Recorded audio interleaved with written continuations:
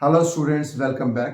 तो फ्रेंड्स, हम लोग कर रहे हैं क्लास 10 पॉलिटिकल साइंस का chapter number 6, that is political parties.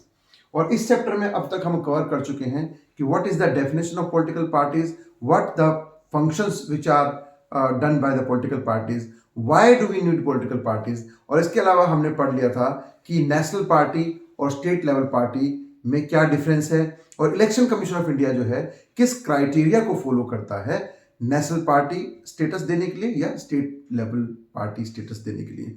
तो हमने जो 8 नेशनल पार्टीज हैं हमारी कंट्री के अंदर, उनके बारे में भी डिटेल में जो है स्टडी कर लिया। आज के इस लेक्चर में हम लोग पढ़ेंगे कि जो पॉलिटिकल पार्टी है, जो पॉलिटिकल पार्टी सिस्टम है, जैसे हमारी कंट्री के अंदर मल्टी पार्टी सिस्टम है, तो ये जो मल्टी पार्टी सिस्टम है इसके अंदर क्या प्रॉब्लम्स हैं, क्या कमियां हैं, क्या लूप होल्स हैं। एक्चुअली अगर मल्टी पार्टी सिस्टम ठीक ढंग से फंक्शनिंग नहीं करेगा तो फिर डेमोक्रेसी भी ठीक ढंग से फंक्शनिंग नहीं कर पाएगी। तो किसी भी कंट्री की डेमोक्रेसी की सक्सेस के लिए ये बहुत जरूरी है कि जो हमारा पार्टी सिस्टम है वो ढंग से फंक्शनिंग करे। तो इसकी फंक्शनैलिटी को इंप्रूव करने के लिए या रिफॉर्म करने के लिए क्या क्या चेंजेस किए जा सकते हैं, तो उसके लिए हमें पहले ये जानना जरूरी है कि आखिर इन पॉलिटिकल पार्टीज के मल्टी पॉलिटिकल पार्टी सिस्टम के अंदर क्या कमियां हैं, क्या लूप होल्स हैं। तो देखिए फ्रेंड, कुछ जो बेसिक इंपॉर्टेंट मेजर जो प्रॉब्लम्स हैं वो यहां पर मैंने लिखी हुई हैं, वन बाय वन करके इनको स्टडी करते हैं। तो चलिए पढ़ते हैं challenges to the political parties, और यही 4 चैलेंजेस आपकी बुक में दिए हुए हैं। तो पहला चैलेंज है लैक ऑफ इंटरनल डेमोक्रेसी।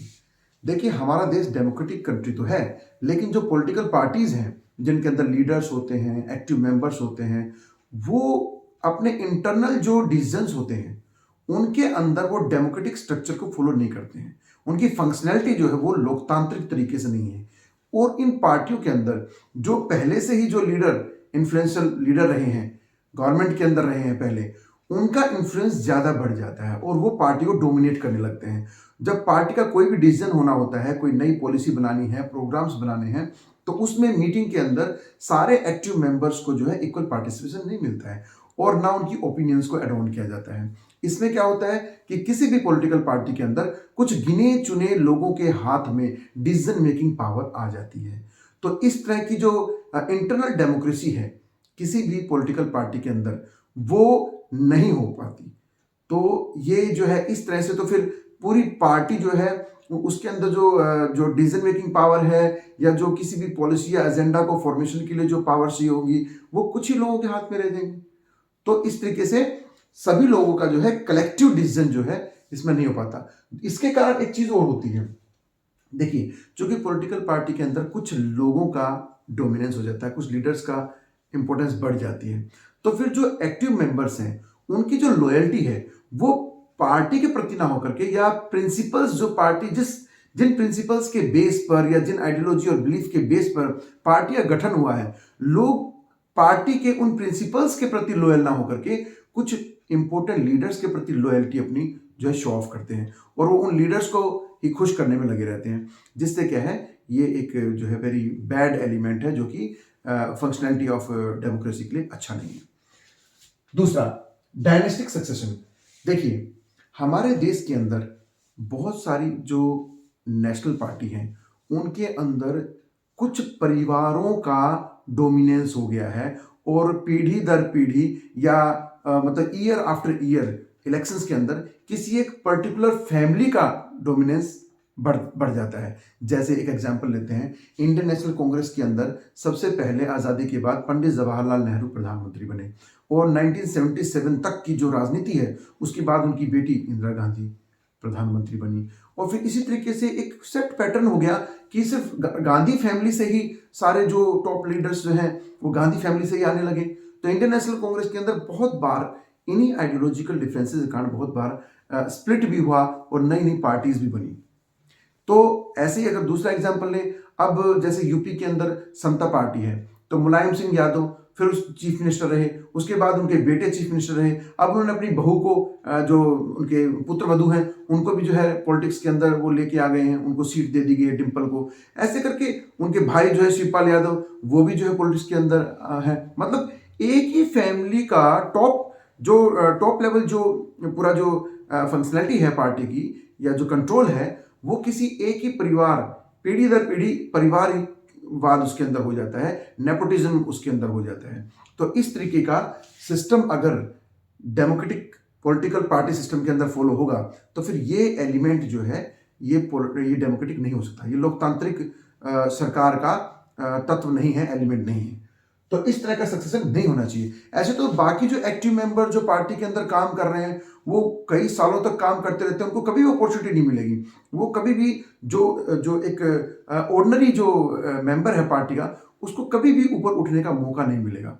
और कुछ ही लोगों के हाथ में, कुछ ही परिवार के हाथ में जो है पूरे देश की या उस पॉलिटिकल पार्टी की और फिर रूलिंग पूरी कंट्री का जो रूलिंग का जो पूरा कंट्रोल है वो कुछ सीमित परिवारों के हाथ में आ जाएगा। ये सही नहीं है। नेक्स्ट चैलेंज क्या है?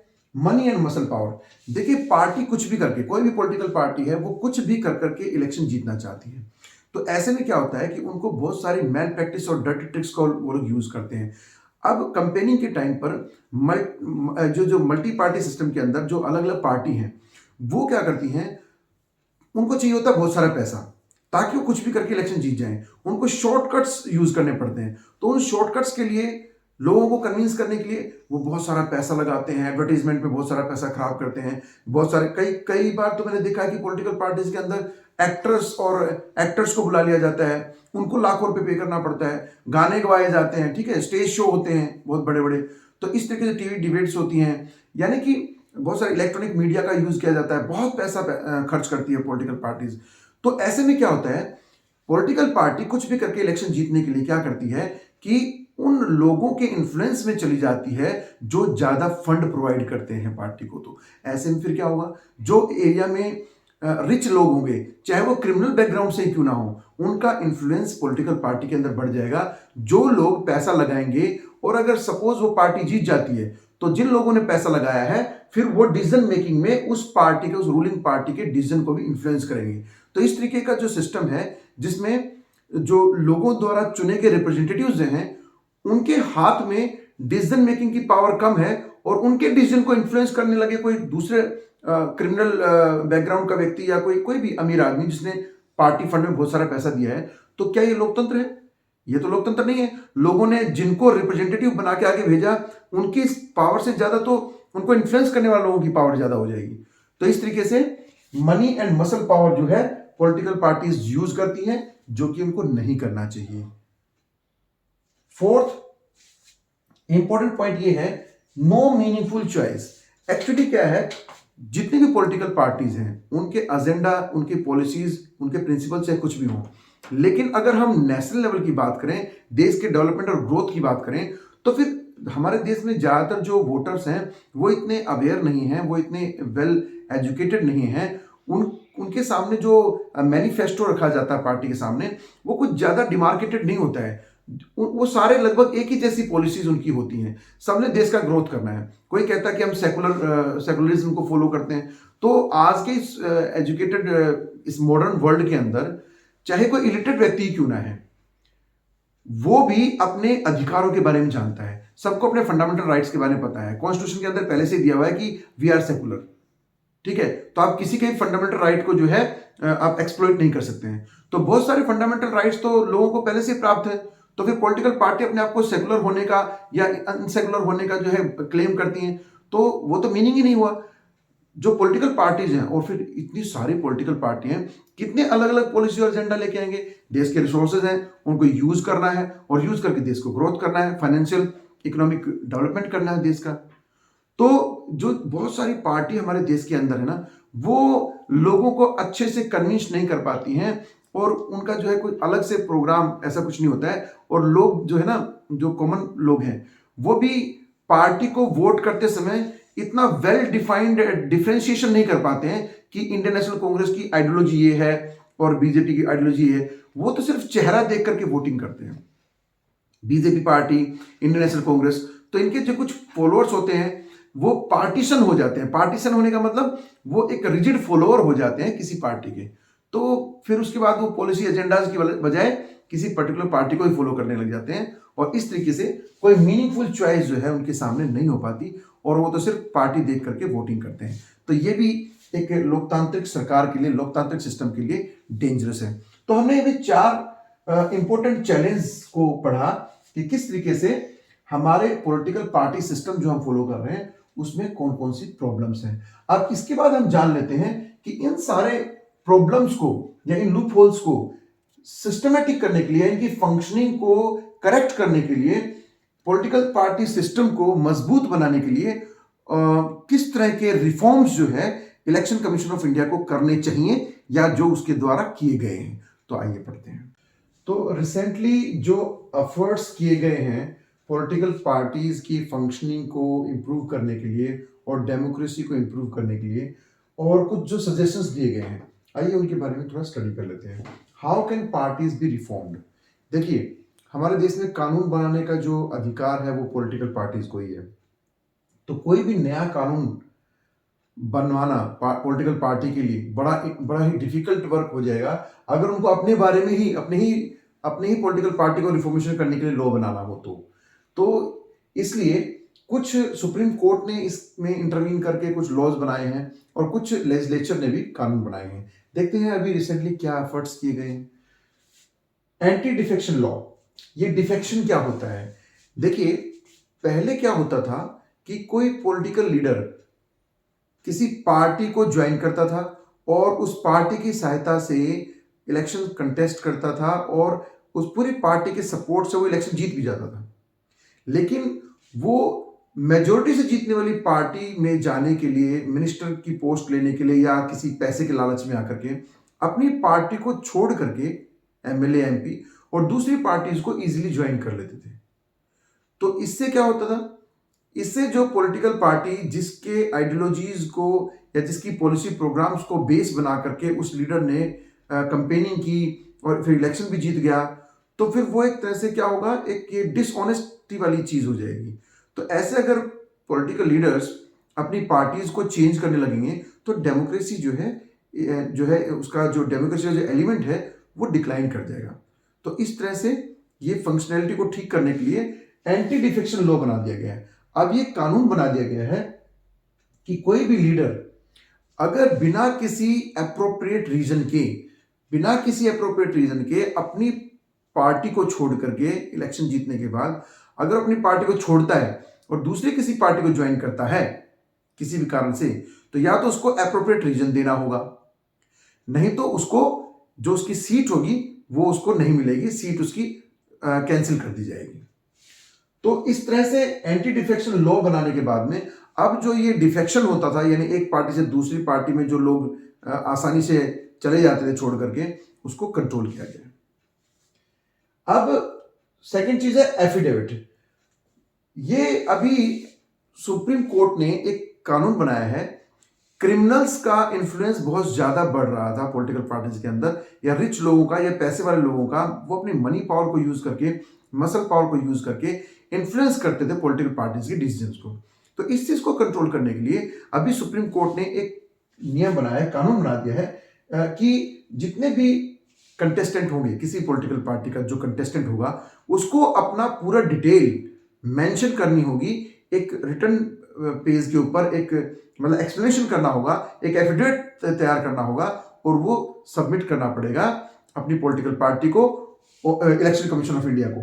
तो इलेक्शन कमीशन जो होगा वो मॉनिटर कर सकता है कि जो व्यक्ति किसी पॉलिटिकल पार्टी में एज ए कैंडिडेट खड़ा है वो उसका कोई क्रिमिनल रिकॉर्ड तो नहीं है या उसकी प्रॉपर्टी कितनी है। तो प्रॉपर्टी का डिटेल एज वेल एज उसका कोई भी क्रिमिनल अगर रिकॉर्ड है कैंडिडेट का, तो वो सारी डिटेल एफिडेविट में लिख करके सबमिट करनी होती है कैंडिडेट को। इससे क्या होगा? इससे जो अमीर लोग हैं, जो पैसे वाले लोग हैं, उनका इन्फ्लुएंस जो है पॉलिटिकल पार्टीज के अंदर कम किया जा सकता है। तीसरा क्या है कि अभी एक और कानून बनाया गया है कि जितने भी पॉलिटिकल पार्टीज हैं उनके अंदर फंड कहां से आता है, कितना फंड उनकी पार्टी के अंदर है। वो कैंपेनिंग के टाइम पे बहुत सारा पैसा खर्च करते हैं, बहुत सारे एक्सपेंसेस को वो जो बियर करते हैं, लेकिन ये पैसा कहां से आ रहा है और फिर ये पैसा कहां से आता है। इतना पॉलिटिकल पार्टी इतने कुछ ही सालों में इतनी अमीर कैसे हो जाती है? सारे लीडर्स के पास इतना पैसा हो जाता है कि वो बड़ी बड़ी कोठियां बना लेते हैं, बंगलों में रहते हैं और फिर कैंपेनिंग के टाइम पर लाखों करोड़ों रुपए खर्च करते हैं। तो इसलिए अब एक नया कानून बनाया गया है। It is ordered now to file the income tax returns of the political party as well. Political party को भी अपने एक्सपेंसेस का रिकॉर्ड रखना होगा और इनकम टैक्स रिटर्न भरना होगा गवर्नमेंट को। इससे हम चेक एंड कंट्रोल कर सकते हैं फंडिंग जो हो रही है पॉलिटिकल पार्टी को उसको। तो ये तो है एफर्ट्स जो अभी तक किए गए हैं। इसके अलावा कुछ ऐसी चीजें हैं जो अभी तक इनिशिएट तो नहीं की गई हैं, लेकिन एज ए सजेशन हम कर सकते हैं। जैसे लॉ शुड बी मेड, ऐसा कानून बनाना चाहिए to regulate internal affairs of a party and to maintain register to hold elections for the higher post. देखिए, पॉलिटिकल पार्टी के अंदर जो इंटरनल जो इलेक्शन होता है जिसमें लीडर चुने जाते हैं या जो एक्टिव मेंबर्स हैं वो अपने सीनियर्स को चुनते हैं, तो उस वो भी एक डेमोक्रेटिक तरीके से होना चाहिए और सब जितने भी एक्टिव मेंबर्स हैं सबका एक डिटेल जो है रजिस्टर के अंदर मेंटेन होना चाहिए। कौन पार्टी में आ रहा है, कब आ रहा है, कब छोड़ के जा रहा है, किसने कब रेजिग्नेशन दिया, क्या रीजन है रेजिग्नेशन देने का। क्योंकि पहले क्या होता था कि जो इन्फ्लुएंशियल लीडर होते थे पॉलिटिकल पार्टी में, उनकी पूरी पार्टी के अंदर जो है सारी ओपिनियन उन्हीं की चलती थी।